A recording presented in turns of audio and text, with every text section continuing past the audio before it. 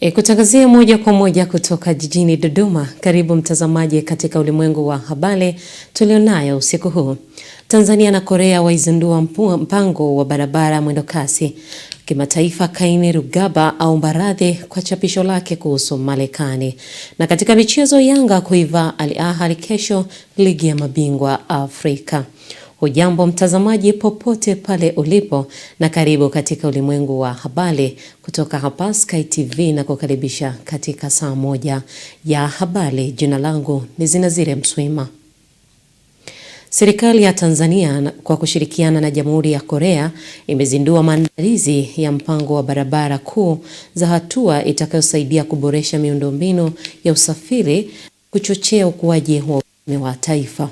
Uzinduzi huo umefanyika leo Januari 30 jijini Dar es Salaam chini ya uratibu wa Wakala wa Barabara Tanzania TANROADS na kuongozwa na Waziri wa Ujenzi Abdalla Ulega katika kikao kilicholenga kuanzisha rasmi mchakato wa maandalizi ya mpango huo.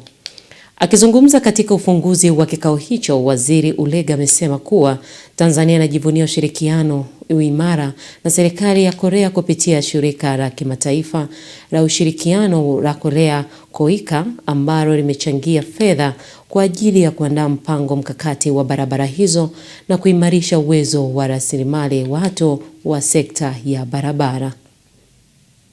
Kwamba wao wamekuwa tayari kuungana nasi kwenye kufanya hii kazi kwa pamoja. Niliyoyatoa humu ndani na kuyaelekeza: moja, nimeelekeza kwamba wataalamu wetu wa serikali kwenye mradi huu wa utengenezaji wa hii master plan wajitahidi wapate ujuzi, sio kupata makaratasi tu, tupate ujuzi wa kubuni, ujuzi wa kusimamia miradi na ujuzi wa kutengeneza. Hilo ni jambo muhimu sana. Lakini jambo lingine ambalo ni kubwa nimelieleza katika mkutano huu ni kuona kwamba tuna matatizo kadhaa, changamoto kadhaa tulizo nazo, haswa misongamano na kadhalika. Kwa hivyo sasa hii master plan iendane na hali halisi. Hii master plan iendane na hali halisi ya uchumi wetu, mahitaji ya Watanzania wananchi, ili kusudi tuweze kufanya kitu kile kweli ambacho tumekikusudia. Hizi expressway tunazozungumza, kujibu swali lilotangulia, je, zitakuja kuvunja miundombinu tulionayo, mathalan flyover Chang'ombe ama flyover Ubungo itaathirika kwa kuvunjwa? Hapana, hatuwezi kufanya hivyo, kwa sababu kitakachokuja kitakuwa kinakuja kuboresha. Kwa hivyo hesabu yao itakuwa ni kuboresha kutokea hapa ambako tulipo. Kwa majina anaitwa Mhandisi Elibariki Mkumbo, ni manager wa miradi ya PPP wa Wakala wa Barabara TANROADS. Kama Mheshimiwa Waziri alivyosema, hii launching ya Expressway Master Plan inategemea kwenda kufungua nchi, kwa maana ya kuimarisha miundombinu ya barabara ambayo ni ya kisasa. Kama mnavyoelewa, dira yetu ya taifa ya 2050 inahitaji Tanzania iwe nchi ya uchumi wa kati wa juu. Sasa ili kufikia uchumi wa kati wa juu ni lazima uwe na miundombinu ambayo ni bora, miundombinu ya kisasa. Katika miaka 20-30 iliyopita tumepiga hatua kubwa sana katika kuimarisha miundombinu ya barabara, bandari na viwanja vya ndege. Lakini katika level iliyopo hiyo miundombinu haitoshi kuweza kutufikisha katika hiyo dira ya 2050 ambayo inahitaji Tanzania kuwa na uchumi wa kati wa juu. Kwa hiyo hii Expressway Master Plan sasa itaenda kutuwekea mkakati wa kutusaidia kwamba ni namna gani tutaweza kutekeleza hizo expressway kulingana na priority na mahitaji. Expressway ni barabara za mwendo kasi, barabara za spidi ya haraka. ni barabara ambazo hazipungui kuwa na njia 4. Yaani magari yanaenda upande mmoja njia 3 au 4, na upande mwingine of course njia kuanzia 2 mpaka 4 upande mmoja. Kwa hiyo hamkutani. Ndio maana hasa ya kusema expressway. Serikali imesema awamu ya kwanza ujenzi wa chuo cha ufundi stadi VETA mkoa wa Songwe unatarajiwa kukamilika mwezi Juni 2026. Mwandishi wetu ana maelezo zaidi. Akijibu swali la mbunge wa jimbo la Vwawa Mheshimiwa Japhet Hasunga leo Januari 30, 2026 bungeni jijini Dodoma, aliyetaka kufahamu ni lini ujenzi wa chuo hicho utakamilika, Naibu Waziri wa Elimu, Sayansi na Teknolojia Wanu Hafidh amesema chuo hicho ni miongoni mwa vyuo 65 vya VETA vinavyojengwa na serikali katika kila mkoa na wilaya nchini. Amesema ujuzi wa vyuo hivyo una lengo la kuongeza fursa za mafunzo ya ufundi stadi kwa vijana, kukuza ujuzi na kuchochea maendeleo ya uchumi kwa taifa. Mheshimiwa Japhet Ngailonga Hasunga auliza swali lake. Mheshimiwa Mwenyekiti, naomba swali langu namba. Chuo cha VETA cha mkoa wa Songwe. Swali hilo linaendelea kupatiwa majibu na Mheshimiwa Naibu Waziri Wanu Amer. Kwa ruhusa yako na kwa niaba ya Mheshimiwa Waziri wa Elimu, Sayansi na Teknolojia, naomba nijibu swali la Mheshimiwa Japhet Ngailonga Hasunga, mbunge wa Viwawa kama ifuatavyo. Mheshimiwa Mwenyekiti, chuo cha VETA cha mkoa wa Songwe ni miongoni mwa vyuo 65 vya VETA vinavyojengwa na serikali katika kila mkoa na wilaya ambazo zilikuwa hazijajengwa vyuo hivyo. Mheshimiwa Mwenyekiti, awamu ya kwanza ya ujenzi wa chuo cha VETA cha mkoa wa Songwe unatarajia kukamilika mwezi Juni 2026. Hadi sasa serikali imepeleka kiasi cha shilingi bilioni 4.140 kati ya shilingi bilioni 6.484 zilizotengwa kwa ajili ya ujenzi huo. Kwa sasa ujenzi huo umefikia 70%.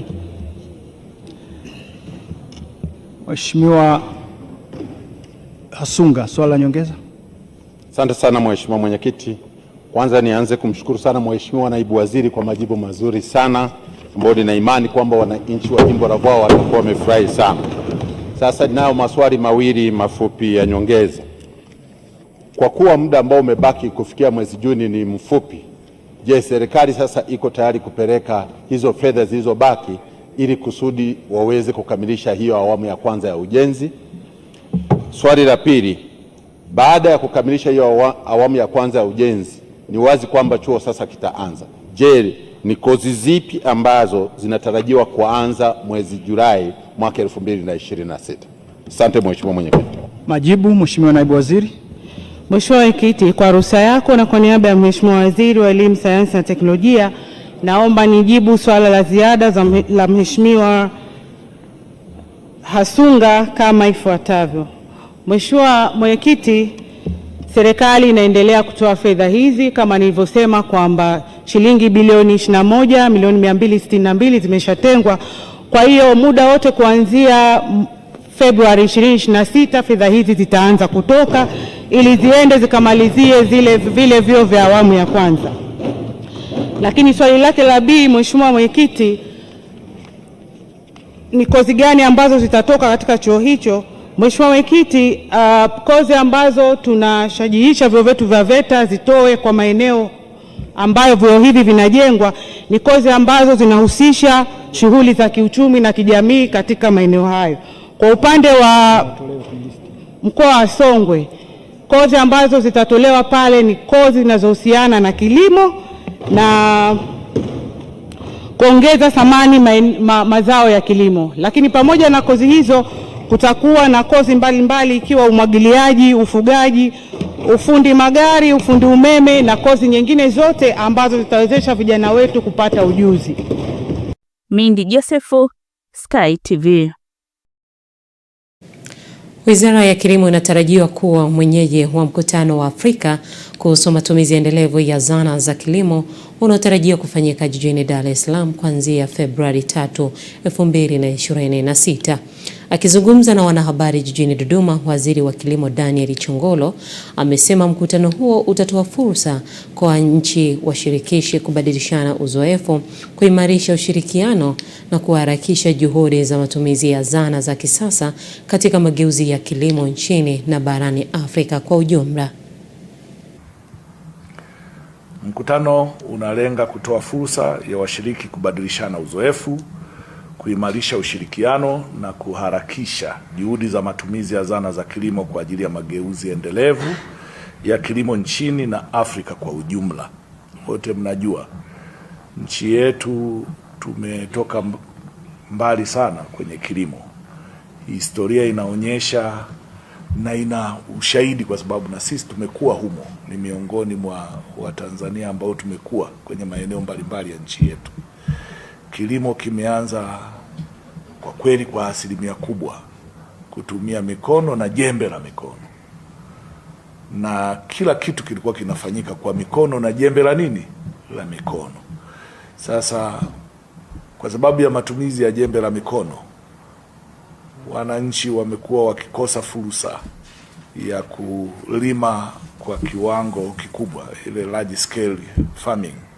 Kwa hiyo wamekuwa wakifanya kilimo kidogo kidogo, na hivyo kushindwa kujijengea fursa ya ushiriki wa kilimo biashara au kilimo chenye tija.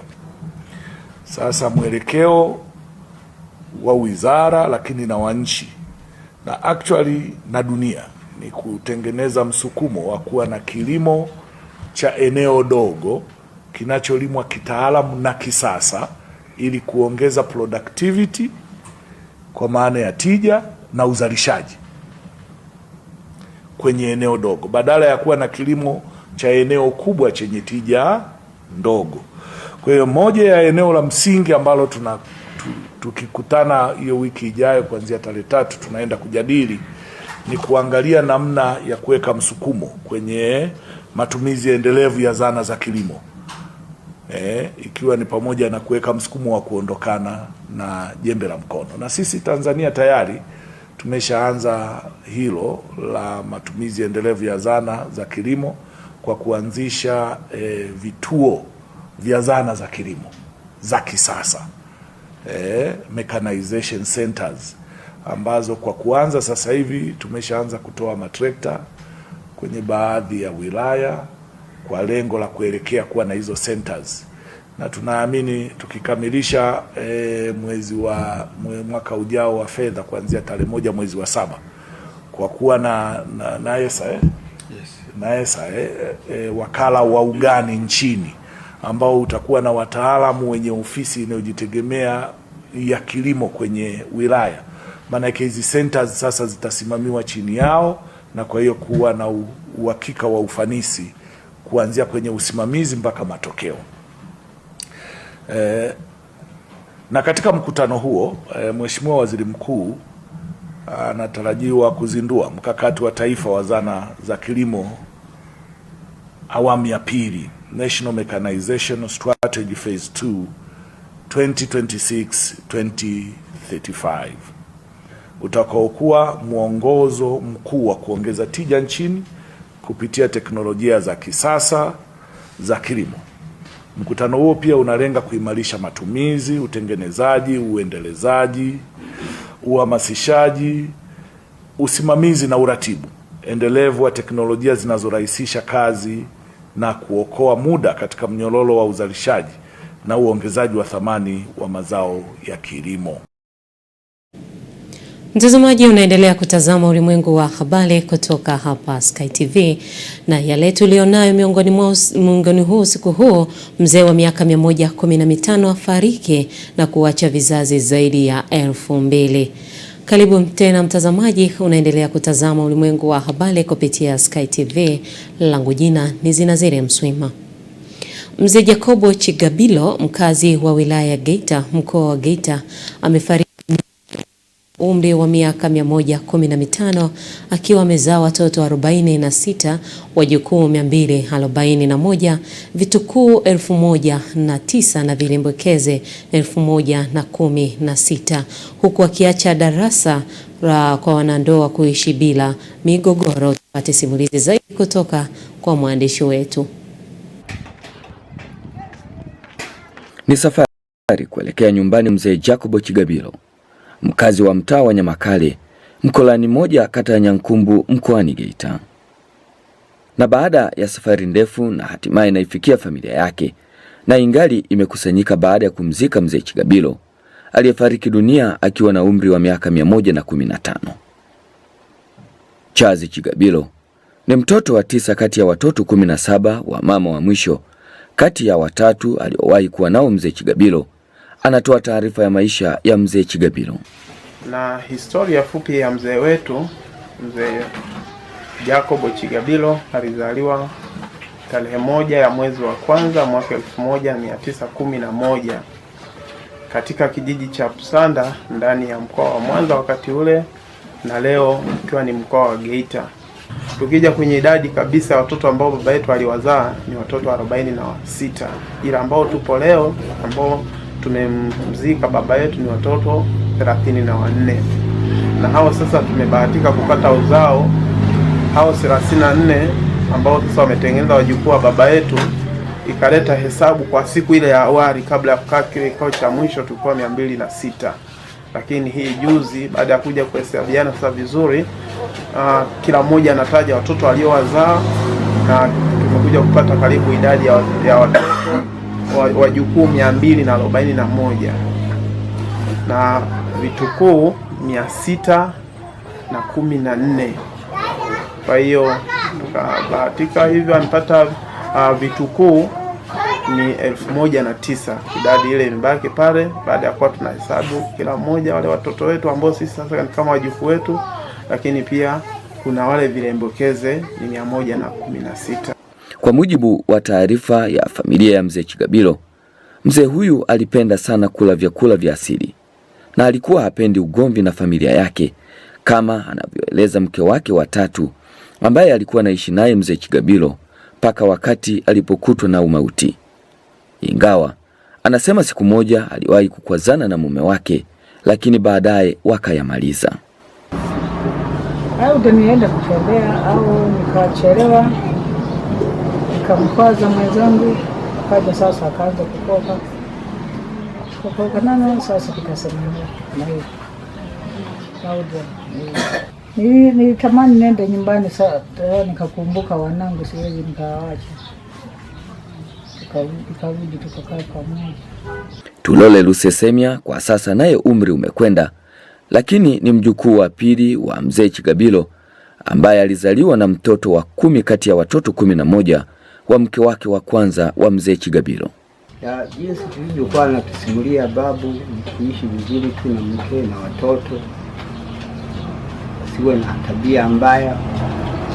Mpaka sasa watoto walio nao vizuri tu na wao, ngao wengine wao walikuwa na miji zao walio nao waliopo watatu. Michael Francis Bundala, Sky TV. Pole kwa ndugu, jamaa pamoja na marafiki. Na taarifa nyingine, baadhi ya wananchi wa kijiji cha Nambizo kilichopo wilaya ya Mbozi mkoani Songwe wamemuomba meneja wa wakala wa barabara Tanzania TANROADS mkoa wa Songwe kupeleka upya maombi ya ujenzi wa barabara ya Mloo Kamsamba kwa kiwango cha lami katika urefu wake wote wa zaidi ya kilomita 130. Taarifa zaidi na mwandishi wetu kutoka mkoani Songwe.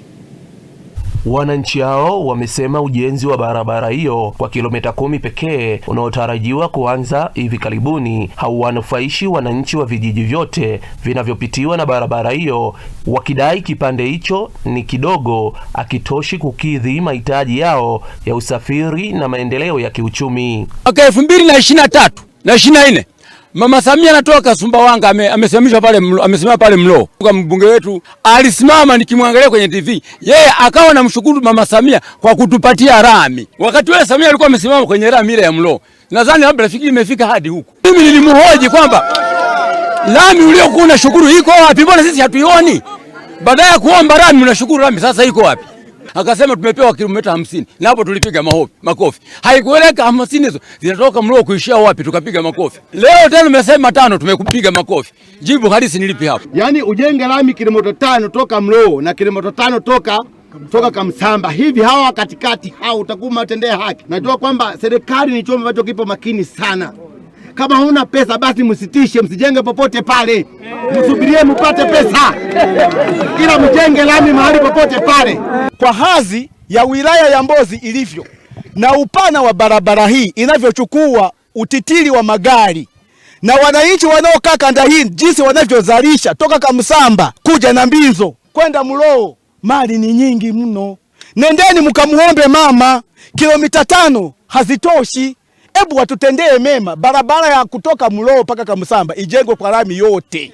Ombi hilo limepokelewa na kaimu meneja wa TANROADS mkoa wa Songwe na kuahidi kuyapeleka sehemu husika. Kwa hiyo sasa maombi kuyajibu ni utekelezaji au kuyapeleka sehemu husika.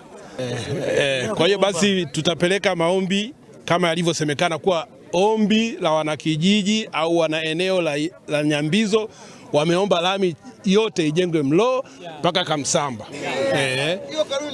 Lakini hili ombi la kusema tusitishe hizi kilomita 5 mimi naomba kwa pamoja tulifute, tusilipeleke. Pia TANROADS wametoa ufafanuzi wa kuchelewa kwa ujenzi wa barabara hiyo ya kilomita 10 licha ya kusainiwa tangu mwezi Juni 2025. Mpaka sasa wananchi hao wamesema hawaoni utekelezaji wake. Baada ya kusaini, mkandarasi alikuwa anatakiwa alete vielelezo ili aweze kupewa pesa ya awali. Kidogo huyo mkandarasi alichelewa kuleta hizo taarifa. Nikiripoti kutoka mkoani Songwe, John Kiango, Sky TV.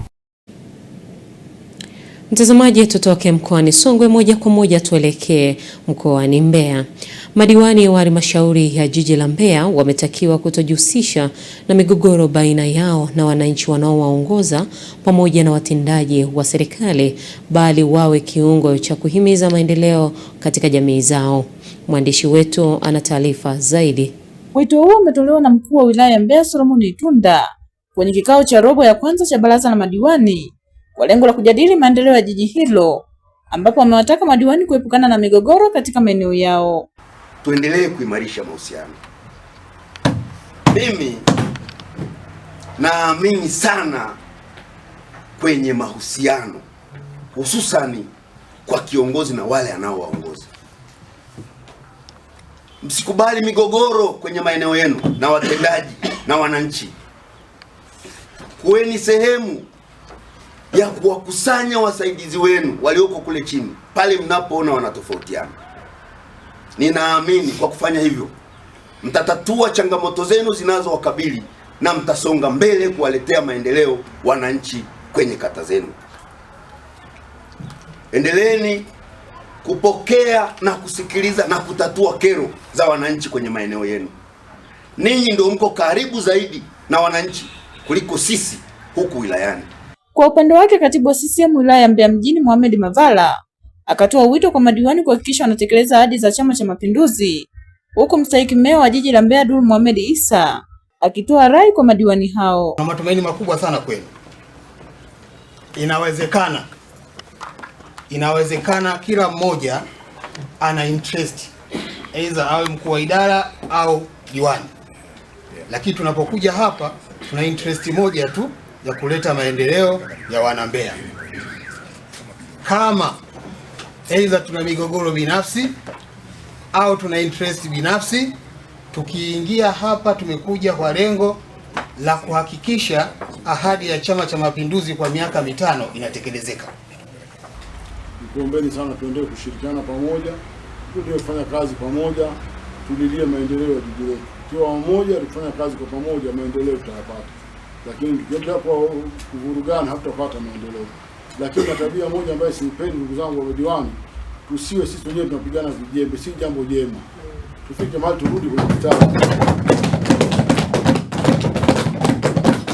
Tumekwisha, sasa hivi tuendelee kupendana. Kama huwezi basi bora ukakaa kimya, kwa sababu haya maneno madogo yanaweza kufika mahali yakamuumiza mtu ambaye si sababu. Mimi kuombeni sana na naomba aina mwenzangu anisikia, tuwe wamoja, tushirikiane. Baadhi ya madiwani walioshiriki kikao hicho wamekiri kusimamia amani kati yao na wananchi wao. Tumepewa maelekezo zaidi namna ya kuishi na watendaji ili kuondoa hiyo migogoro, na tutajitahidi sana kuepuka hiyo migogoro, na migogoro inakuwa inaepuka pale tunapoingiliana. Unakuta diwani anafanya kazi ya mtendaji, mtendaji anafanya kazi ya diwani. Hilo lazima litaleta mgogoro. Kwa hiyo ni kujitahidi kwamba kila mtu asimame pale anapotakiwa kusimama. Diwani asimame kama diwani, mtendaji afanye kazi yake kama mtendaji. Nikiripoti kutoka mkoani Mbeya, Upendo Kibetile, Sky TV. Mtazamaji, tunahitimisha habari za kitaifa. Baada ya mapumziko mafupi, tukirejea tutakuletea habari za biashara na uchumi.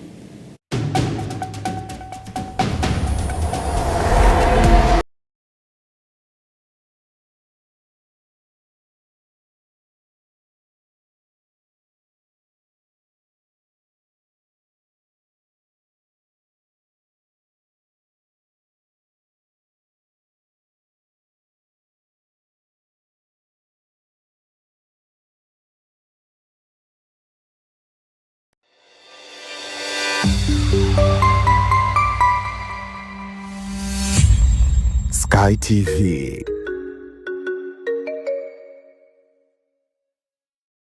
Habari, jina langu ni Sarah kutoka ZIC. Kazi yangu ni kukuongoza katika kufanya maamuzi sahihi ya kujikinga wewe na mali yako dhidi ya majanga yasiyotarajiwa kwa kupata bima kutoka ZIC. Je, unaifahamu ZIC? ZIC ni shirika la bima lililoanzishwa mwaka 1969 kutoa huduma za bima kwa wananchi, taasisi za umma na binafsi kwa lengo la kulinda uchumi wa watu binafsi na nchi yetu kwa ujumla. Lengo letu ni kuwa kampuni ya bima inayoaminika na wateja na kutambulika kote Afrika Mashariki. Dhamira yetu ni kulinda na kuwawezesha wateja wetu kwa kuwapa huduma bora na za kuaminika. Baada ya utangulizi wangu, je, ungependa kujua kuhusu huduma zetu? ZIC tunatoa huduma za bima za mali na ajali, na kati ya hizi ni bima ya magari, bima ya wizi, bima ya moto, bima ya mizigo. Je, unazijua branchi zetu? Kuhakikisha tunawafikia wateja wetu nchi nzima, tunatoa huduma zetu kupitia ofisi zetu kuu zilizopo mtaa wa Mpirani pamoja na matawi yetu yafuatayo: Amani, Marhubi, Chake Chake, Dar es Salaam, Dodoma, Mwanza, Kahama, Arusha, Tanga, Mbeya na Mtwara. Unajua ni njia gani tunazotumia kuwapa wateja wetu huduma? Tunatoa huduma kupitia ofisi zetu, kupitia mawakala na madalali wa bima waliosajiliwa na Mamlaka ya Bima Tanzania, kupitia mawakala wa Bank Assurance na pia kupitia mitandao ya simu kupitia Voda Bima na Mix by Yas. Karibu ufurahie huduma zetu kwa masaa 24. Tunakujali. Sky TV inakukaribisha mfanyabiashara, mjasiriamali, taasisi na mashirika mbalimbali kutangaza biashara yako kwa gharama nafuu. Sky TV itafurahi kuwa sehemu ya kufanikisha ndoto yako ya kukua kibiashara. Karibu utangaze nasi ili kuwafikia wateja wengi kutoka maeneo mbalimbali ndani na nje ya nchi. Kwa maelezo zaidi, wasiliana na mkuu wa kitengo cha masoko kupitia simu namba 0673 33 61 99 au 0794 96 3336. Wakati wa kukua kibiashara, taasisi au shirika lako ni sasa. Changamkia fursa hii. Sky TV, above the limit.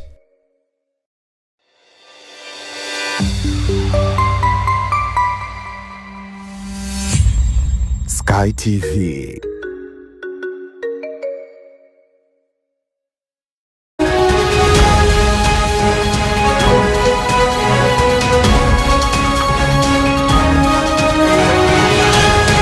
Biashara na uchumi. Karibu katika habari za biashara na uchumi. Jina langu ni Godinless Gaspar.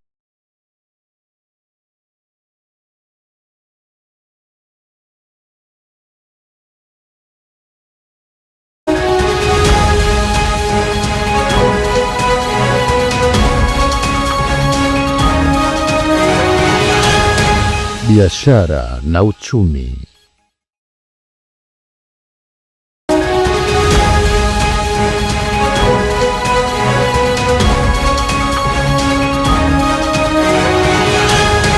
biashara na uchumi.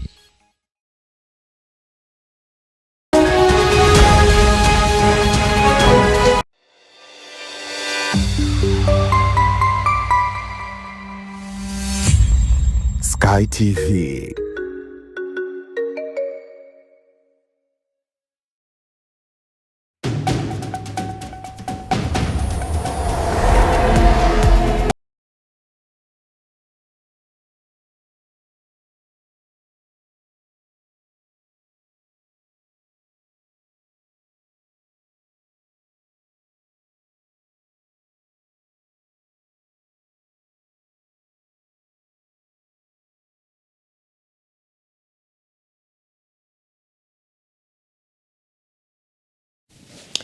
Na sasa moja kwa moja tunaungana na Pius Jayunga katika mkusanyiko wa habari za kimataifa.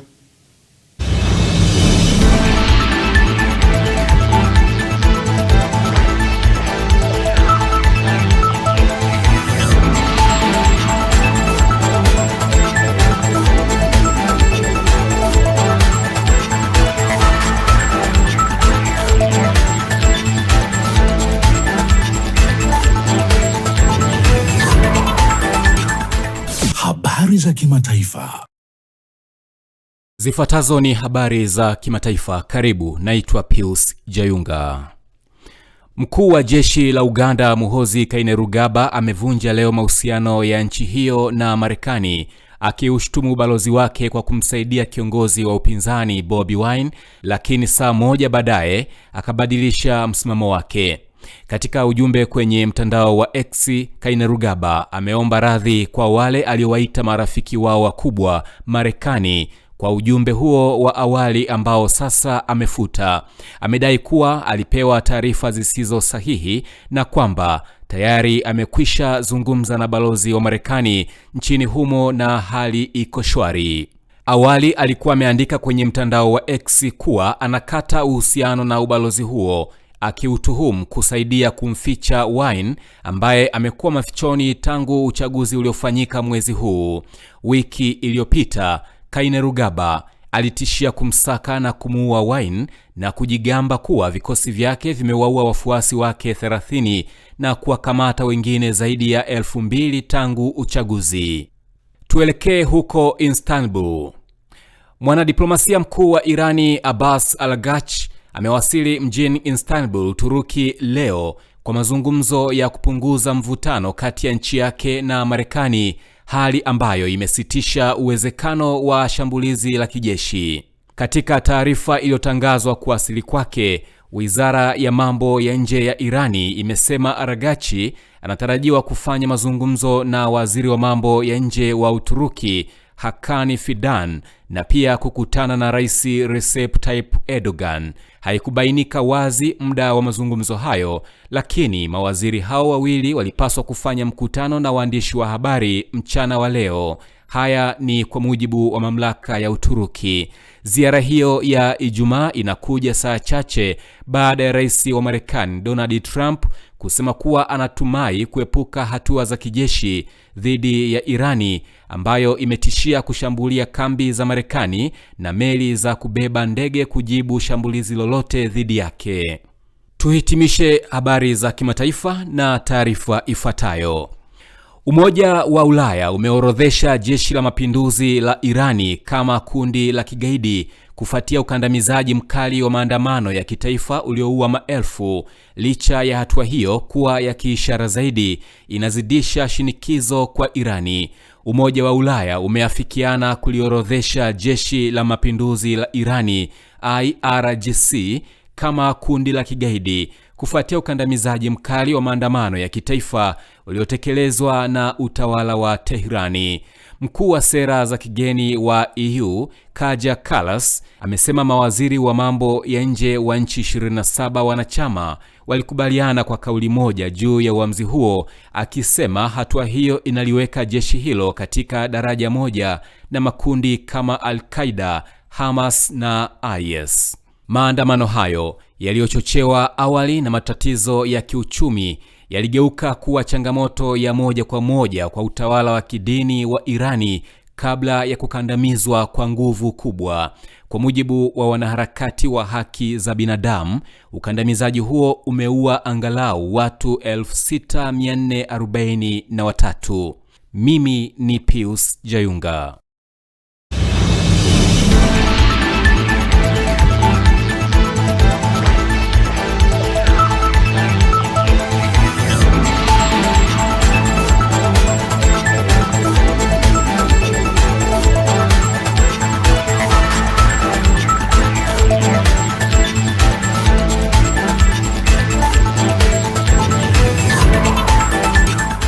Habari za kimataifa. Mtazamaji, ni wasaa kuelekea viwanjani kuangazia yale yaliyojili katika michezo.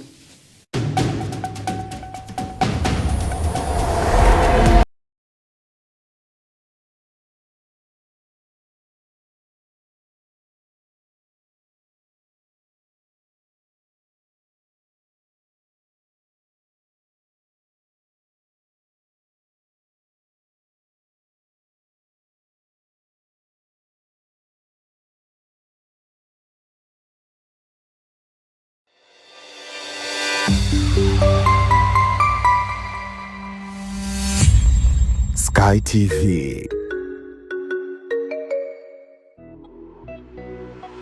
Uongozi wa shule za Iyula Malaika Pre and Primary School zilizopo Ntyuka Dodoma na Mantengu B mji wa Vwawa mkoani Songwe unatangaza nafasi za masomo kwa wanafunzi wa awali na msingi. Kwa wanafunzi wa awali, shule inapokea watoto kuanzia umri wa miaka 2 na kuendelea. Na kwa wanafunzi wa elimu ya msingi, shule ya Iyula Malaika iliyopo Ntyuka jijini Dodoma inapokea wanafunzi kuanzia darasa la 1 mpaka la 4. Na shule ya Iyula Malaika iliyopo Vwawa mkoani Songwe inapokea wanafunzi kuanzia darasa la 1 hadi la 5. Mzazi au mlezi unakaribishwa kumleta mwanao katika shule za Iyula Malaika kwa elimu bora zaidi. Kwa mawasiliano zaidi piga simu namba 0745557379 au 0742062424 na 0793186716.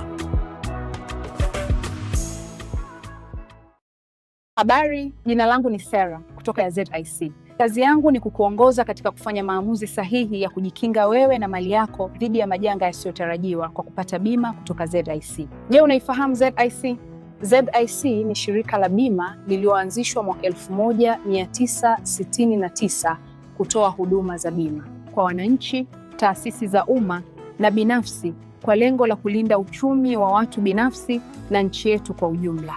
Lengo letu ni kuwa kampuni ya bima inayoaminika na wateja na kutambulika kote Afrika Mashariki. Dhamira yetu ni kulinda na kuwawezesha wateja wetu kwa kuwapa huduma bora na za kuaminika. Baada ya utangulizi wangu, je, ungependa kujua kuhusu huduma zetu? ZIC tunatoa huduma za bima za mali na ajali, na kati ya hizi ni bima ya magari, bima ya wizi, bima ya moto, bima ya mizigo. Je, unazijua branchi zetu? Kuhakikisha tunawafikia wateja wetu nchi nzima, tunatoa huduma zetu kupitia ofisi zetu kuu zilizopo mtaa wa Mpirani pamoja na matawi yetu yafuatayo: Amani, Marpubi, Chake Chake, Dar es Salaam, Dodoma, Mwanza, Kahama, Arusha, Tanga, Mbeya na Mtwara. Unajua ni njia gani tunazotumia kuwapa wateja wetu huduma? Tunatoa huduma kupitia ofisi zetu, kupitia mawakala na madalali wa bima waliosajiliwa na Mamlaka ya Bima Tanzania, kupitia mawakala wa Bank Assurance na pia kupitia mitandao ya simu kupitia Voda Bima na Mix by Yas. Karibu ufurahie huduma zetu kwa masaa 24. Tunakujali.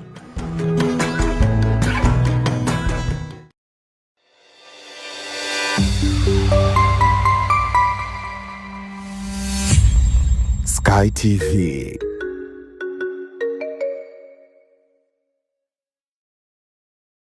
Michezo na burudani imeletwa kwenu na ZIC.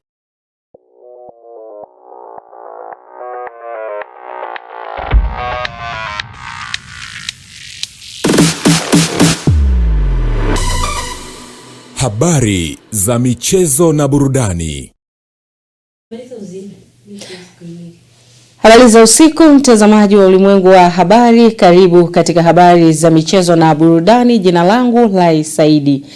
Kikosi cha Yanga kimefanya mazoezi ya mwisho leo asubuhi katika uwanja wa New Amani Complex visiwani Zanzibar kabla ya kuivaa Al Ahly ya Misri, mchezo ambao ni mchezo wa 4 hatua ya makundi ligi ya mabingwa barani Afrika.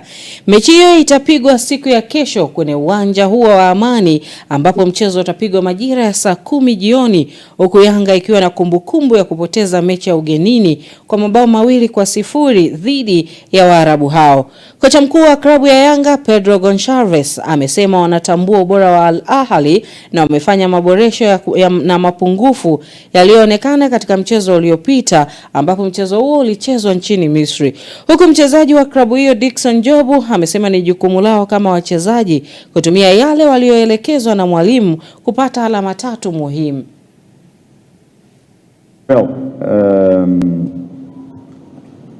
The Mapinduzi is also a mark in our season. We propose to win trophies, and after the break, it was very important return, slowly progress, and even the players arrive.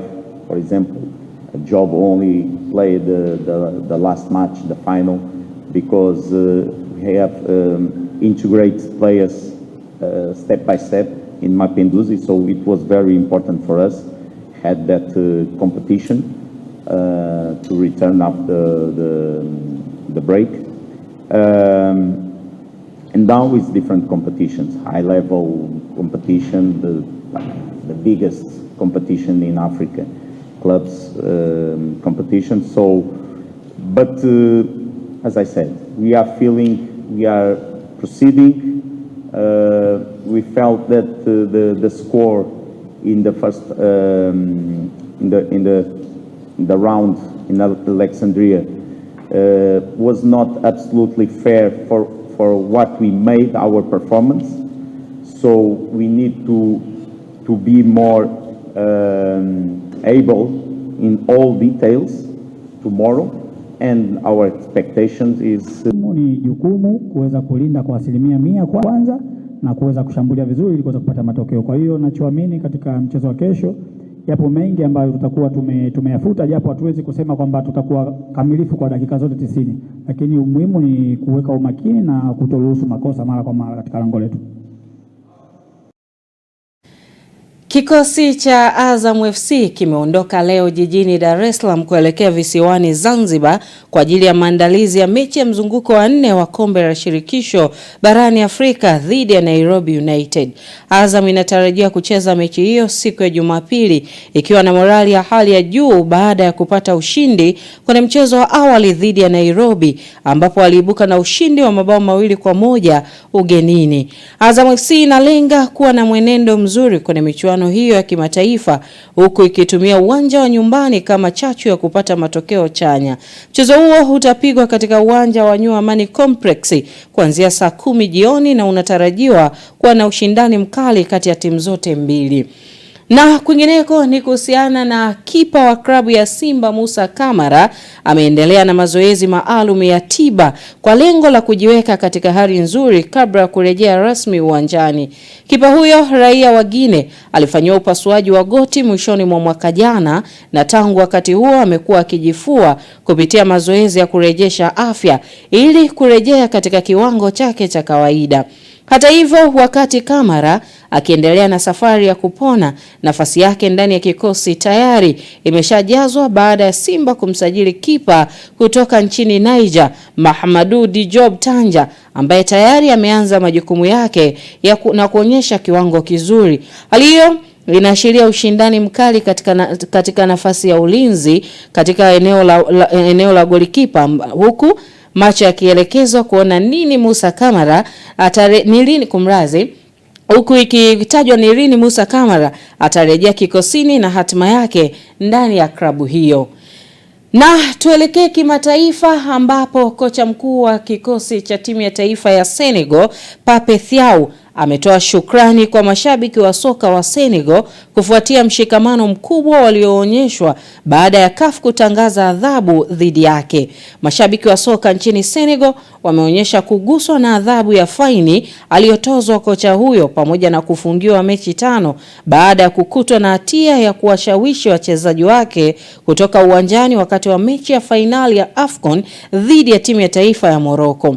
Kocha huyo ametozwa faini ya dola za Marekani 100,000 ambazo ni sawa na shilingi milioni 255.5, ambapo mashabiki wameonyesha kuwa tayari kumsaidia kulipa kupitia michango. Kupitia ujumbe wake, Thiaw amesema ameguswa sana na upendo na mshikamano alioupata, akisisitiza kuwa anathamini kwa dhati moyo huo wa kujali unaonyeshwa kwake kila siku. Hata hivyo, kocha huyo ameomba kwa unyenyekevu harambee yoyote iliyoanzishwa kwa jina lake isimamishwe, ikielezwa kuwa licha ya kuthamini ukarimu huo, anaona fedha hizo zinaweza kuelekezwa kwenye mahitaji ya haraka zaidi kwa watu wanaohitaji kwa wakati huo. Na kwingineko ni kuhusiana na Carlos Alcaraz amepata ushindi. Mwisho wa habari za michezo na burudani, ni kurejesha kwake Zinazile Mswima aweze kukamilisha ulimwengu wa habari. Michezo na burudani imeletwa kwenu na ZIC.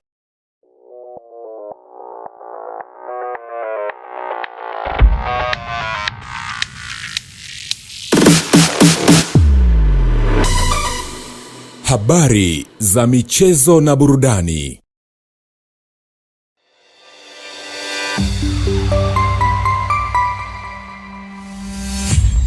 Sky TV.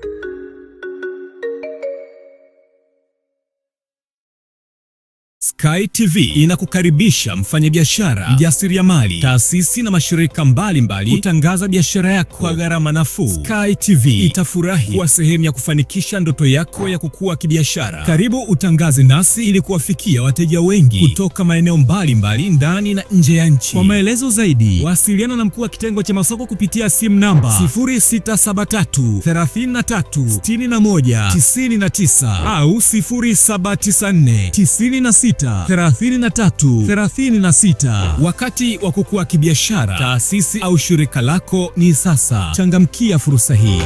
Sky TV, above the limit.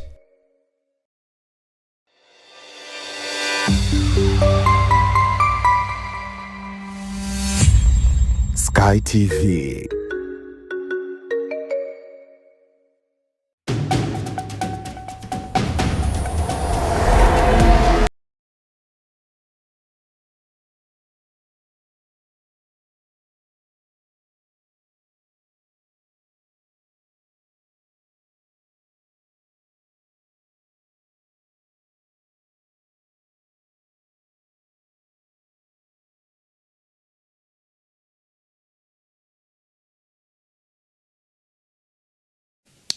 Hayo ndio yaliyojili leo mtazamaji katika viwanja michezoni.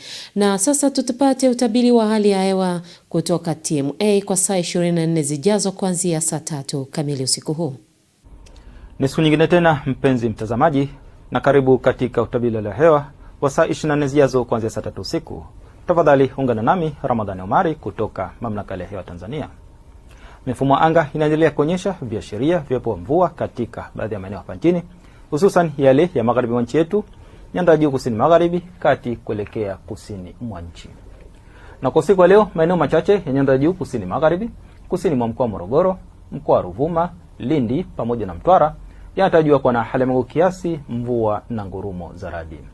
Na maeneo mengine yaliyosalia yanatarajiwa kuwa na hali ya mawingu kiasi na makavu kwa ujumla. Na kwa siku ya kesho, maeneo ya nyanda juu kusini magharibi, kusini mwa mkoa wa Morogoro, mkoa wa Ruvuma, Lindi pamoja na Mtwara yanatarajiwa kuwa na hali ya mawingu, mvua na ngurumo za radi katika maeneo machache na vipindi vifupi vya jua. Kwa maeneo ya mkoa wa Kagera, Geita, Mwanza, Shinyanga, magharibi mwa nchi yetu, kati mwa nchi pamoja na kaskazini mwa mkoa wa Morogoro kunatarajiwa kuwa na hali ya mawingu kiasi, mvua na ngurumo za radi katika maeneo machache na vipindi vya jua. Na maeneo mengine yaliyosalia yanatarajiwa kuwa na hali ya mawingu kiasi na vipindi vya jua. Na kwa upande wa upepo, tunatarajia upepo kuvuma kwa kasi ya kilomita 20 kwa saa, hususan katika maeneo ya Ziwa Victoria. Kwa Kwa maeneo ya ziwa Tanganyika pamoja na ziwa Rukwa, upepo unatarajiwa kuvuma kwa kasi ya kilomita 10 kwa saa. Maeneo ya ziwa Nyasa pamoja na pwani yetu, upepo unatarajiwa kuvuma kwa kasi ya kilomita 30 kwa saa. Hali ya bahari pamoja na ziwa inatarajiwa kuwa na mawimbi madogo hadi makubwa kiasi. Na sasa tupate utabiri wa siku zijazo kwa baadhi ya maeneo hapa nchini. Kwa mkoa wa Dar es Salaam tunatarajia hali ya mawingu kiasi na mvua nyepesi katika maeneo machache. Kwa mkoa wa Dodoma tunatarajia hali ya mawingu kiasi, mvua na ngurumo katika maeneo machache. Kwa mkoa wa Mwanza tunatarajia hali ya mawingu kiasi, mvua na ngurumo katika maeneo machache. Kwa mkoa wa Kilimanjaro tunatarajia hali ya mawingu kiasi na vipindi vya jua. Na mkoa wa Mbeya tunatarajia hali ya mawingu kiasi, mvua na ngurumo katika maeneo machache. Kwa mkoa wa Morogoro tunatarajia hali ya mawingu kiasi na mvua nyepesi katika maeneo machache. Na mkoa wa Arusha tunatarajia hali ya mawingu kiasi na vipindi vya jua. Na mpaka kufikia hapo, kutoka mamlaka ya hewa tuna ziada. Asante kwa kuwa nami na nikutakie mapumziko mema ya mwisho wa wiki. Mtazamaji, kabla ya kuhitimisha ulimwengu wa habari, tupate muhtasari wa tuliokuwa nayo. Tanzania na Korea wazindua mpango wa barabara mwendo kasi. Katika kimataifa, Kainerugaba aomba radhi kwa chapisho lake kuhusu Marekani. Na katika michezo, Yanga kuivaa Al Ahly kesho ligi ya mabingwa Afrika. Mtazamaji, nafika tamati katika ulimwengu wa habari na kutakia utazamaji mwema wa vipindi vinavyoendelea. Langu jina ni Zinazile Mswima.